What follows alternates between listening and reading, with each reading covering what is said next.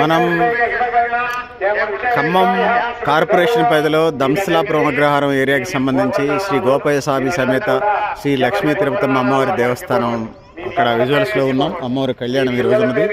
ఆ విజువల్స్ లోపలికి వెళ్ళే ముందు మనం బయట విజువల్స్ నుంచి లోపలికి వెళ్ళే ప్రయత్నం చేద్దాం. కొన్ని ఫ్లెక్సీలు నైట్ పూట ఈ వాతావరణం కనిపిస్తుంది పెద్ద ఎత్తున.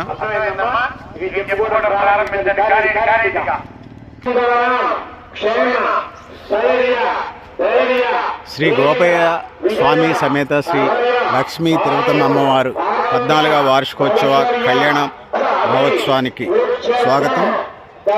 కళ్యాణ మహోత్సవం 2/2/2026 సోమవారం రాత్రి 8:29 అన్నప్రసాద వితరణ 8:30 గంటల నుంచి. సో కింద నిర్వాహక కమిటీ దానికి సంబంధించినటువంటి ఫోన్ నంబర్లు కూడా ఉన్నాయి.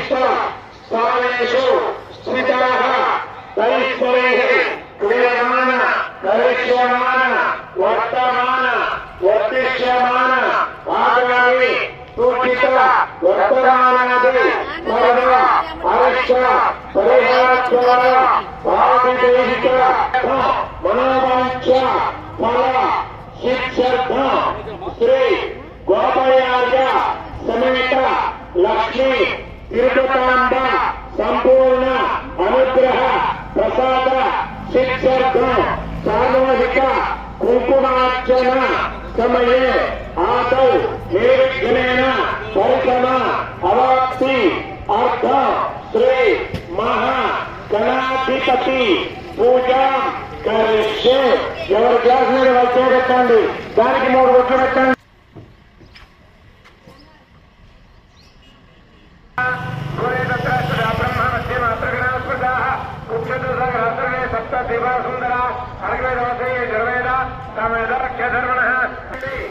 సాయంత్రం అన్నదానానికి సంబంధించినటువంటి ఏర్పాట్లు ఇక్కడ మనకి కనిపిస్తూ ఉన్నాయి.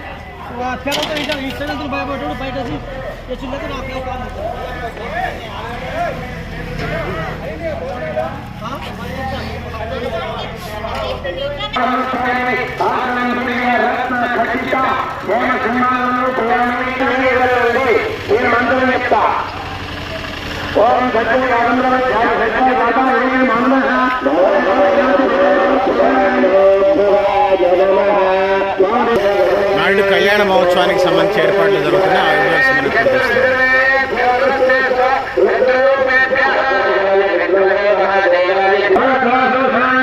లక్ష్మీ తిరుపతమ్మ స్వామివారి అమ్మవారి దీని గుడిలోకి వెళ్ళే ప్రయత్నం చేద్దాం.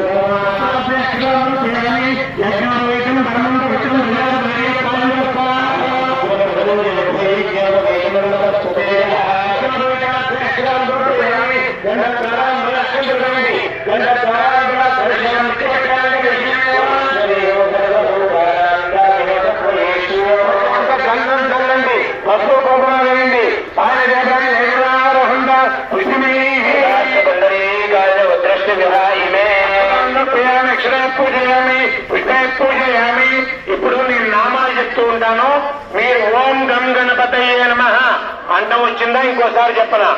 చెప్పండి. ఓం గం గణపతయే నమః, ఓం గం గణపతయే నమః. వచ్చింది అంటాం, ఏమొచ్చింది? అంతే అంతే. వేచి ఉండండి. పువ్వు ఓం సుముఖాయ నమః, ఓం గోవిందాయ నమః, ఓం కవిలాయ నమః, ఓం కవిగల పూలు వేయండమ్మ గణపతి మీద.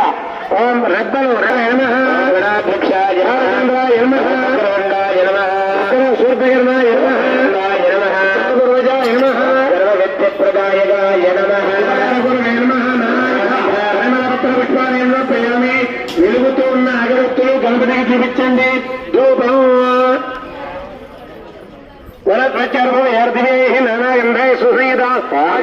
దేవానాం గోపాయం ప్రదక్షితాం స్వప్నగ్రాపయామి సాధ్యమేకార్దహీత్తా వందినా యోజనం ప్రియా భక్త్యాదీపం రేచ్ఛా విదేవాయ ప్రభాత్మనే ఏకాత్మిక ప్రత్యక్ష దీపందన చేయామి. గోదీపానంతరం శుద్ధ అజమేయామి నైవేద్యం. ఇప్పుడు మీకు అరటిపండు ఇచ్చారా? అరటిపండు. అరటిపండు కొంచెం అలా చేసేది వేయండి.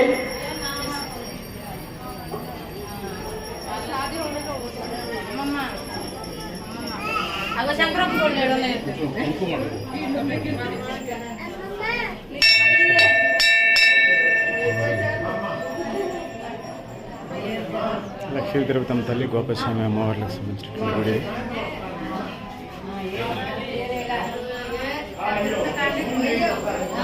అమ్మవారు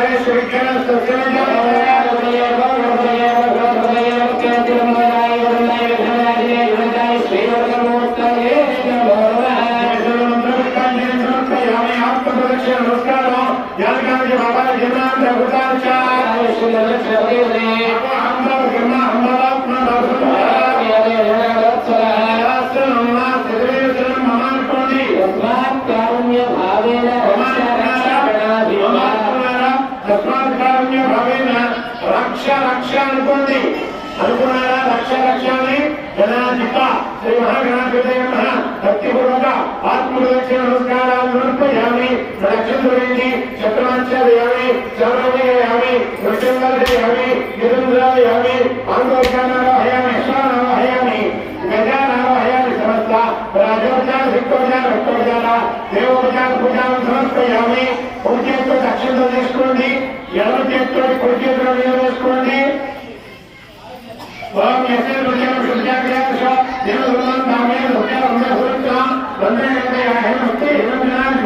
చెప్పండి. మంత్రహీనం, క్రియాహీనం, భక్తిహీనం, గణాధిప యత్పూజితం మయా దేవ పరిపూర్ణం తదస్తుతే అనయ యథాశక్తి జ్ఞాన అవాహనాది షోడశ ఉపచార పూజయామి చ భగవాన్ సర్వాత్మిక సర్వం శ్రీ మహా గణాధిపతి దేవత సుప్రీత్యై సుప్రసన్న వరద భవంతు. అక్కడ వదిలిపెట్టండి. గణపతి దగ్గర గణపతి దగ్గర ఉన్న ఒక పుష్పాన్ని తీసుకొని కళ్ళ పెట్టుకోండి. కొట్టేసుకోండి. ఆ నీరు అక్కడ వదిలేసేయండి. పూర్తి అక్షంతలో నీళ్ళు వదిలేసారా? శతమానం భవతి సుధాయ పురుషేంద్రియ ఆయుష్యేంద్రియ ప్రతిష్టతి.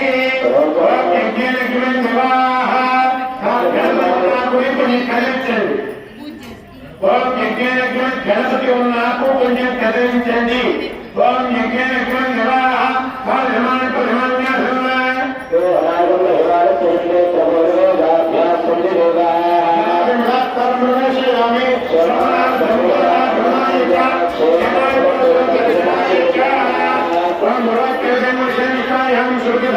కుంకుమార్చన సమయే పాదరక్షార్థం రక్షాబంధనం చేసే ఆ రక్షాలు కంకణం ఇచ్చాను మీకు. కంకణాలు ఉన్నాయా? ఆ కంకణం అమ్మవారి రూపు దగ్గర పెట్టుకోండి. చెప్పయ్యాలం పృథ్వీ తత్వాత్మనే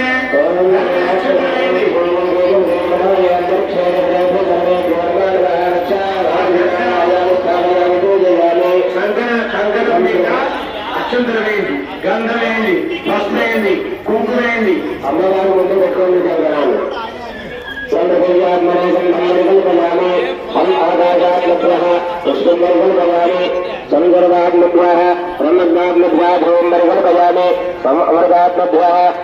దీపంబరికలు భజామి తం అమృతాత్మభ్య నైవేద్యం సమర్పయామి సం సర్వాత్మభ్య తాంబులాది సర్వోపచార పూజా సమర్పయామి అపరక్షాబంధన. ఓం జనోత్తర వీరాజాదానం ఇంద్ర మహాబలాః రామతి రత్నామి రక్షణమాజలమాజలే శుభకంకణం వా పిశాచ రక్ష సురరక్షకంకణం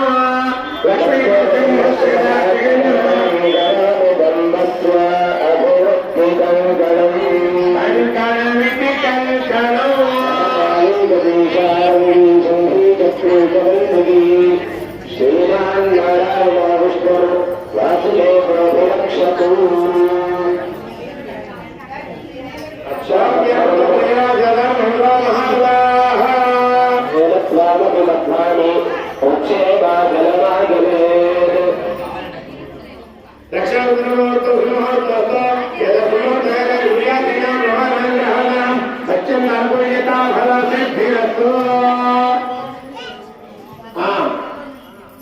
గుండ్రంగా ఎంతవరకైతే పొడుగు వస్తుందో అంతవరకు గుండ్రంగా చెప్పి ఉండేయండి. ఇప్పుడు అక్షంతర పుష్పాలు పట్టుకోండి. అమ్మవారి రూపు మీద వేయండి.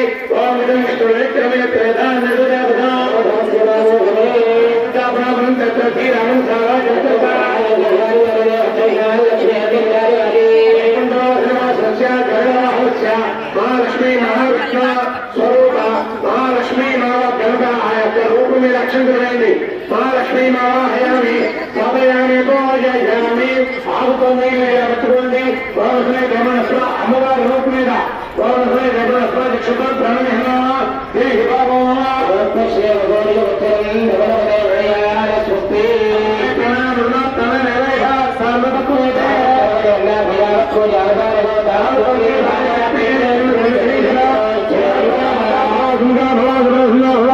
శిరాసనం కూడా అక్కడ పెట్టండి. ఆకు మన గ్లాసులో వేయండి.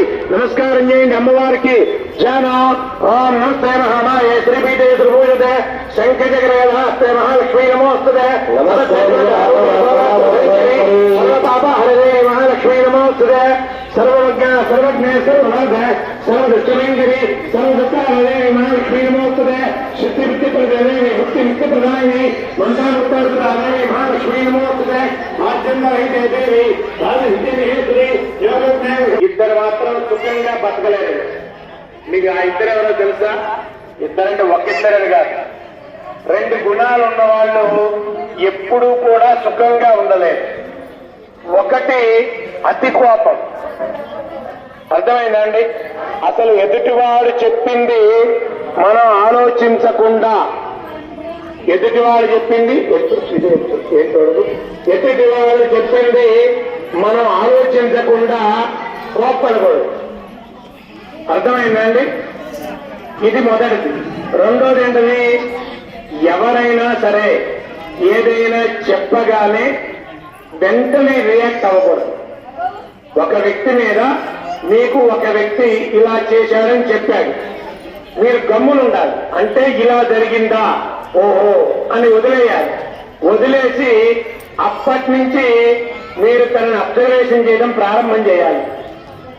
అప్పుడు మీకు నిజం తెలుస్తుంది, అవునా కాదా?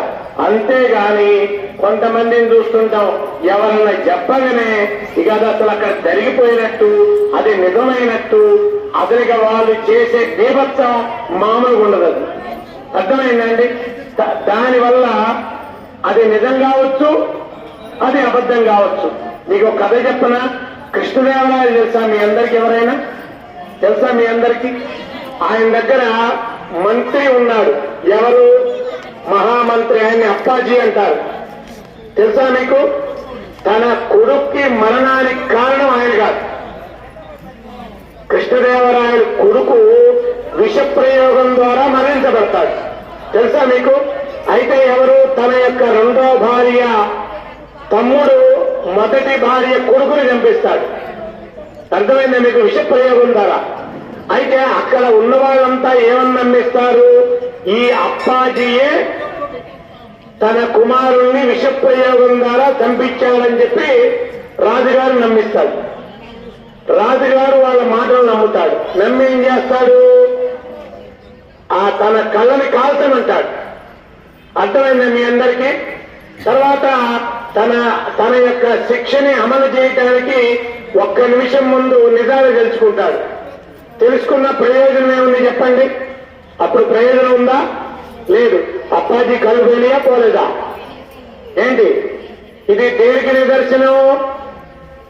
నిజం తెలుసుకోకపోవడానికి. అర్థమైందండి? ఏ వ్యక్తి అయినా నిజం తెలుసుకోవాలి. నిజం ఓర్పుగా ఉండాలి, అవునా కాదా? ఎంత ఓర్పుగా ఉండాలంటే 8 సంవత్సరాల అమ్మాయి అప్పుడు శబరికి రాముల వారి ఇక్కడికి వస్తాడు. నీకు కనపడతాడు, నువ్వు ఎక్కడికి పోవద్దని చెప్పి వాళ్ళ నాన్నగారు చెప్పాడు. ఎప్పుడు వచ్చాడు రాముల వారు? 400 సంవత్సరాల తర్వాత వచ్చాడు.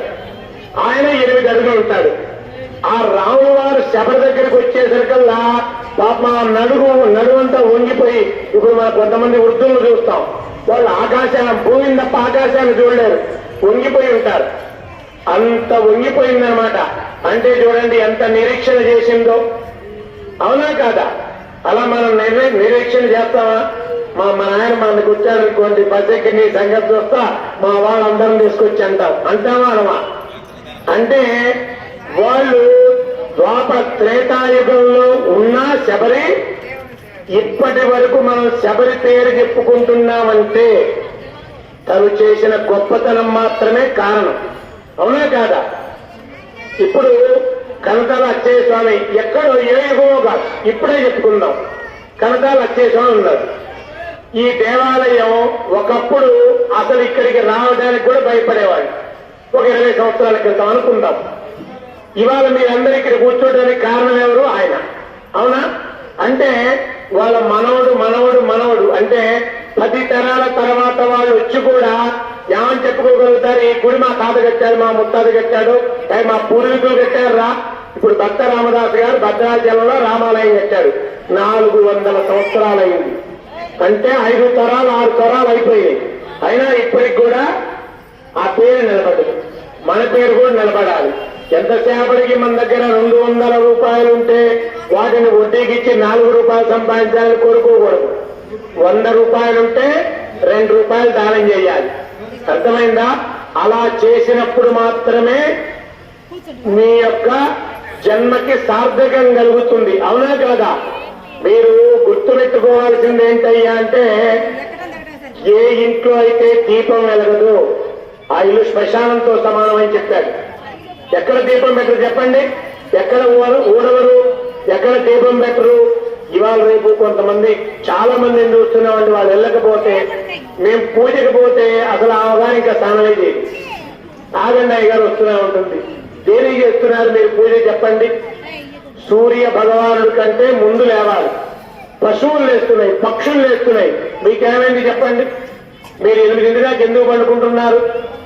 పక్షులు 6:30 చూడండి సూర్యాస్తమానం అవుతూ ఉంటుంది. ఎమ్మటే గూటికి చేరుకుంటే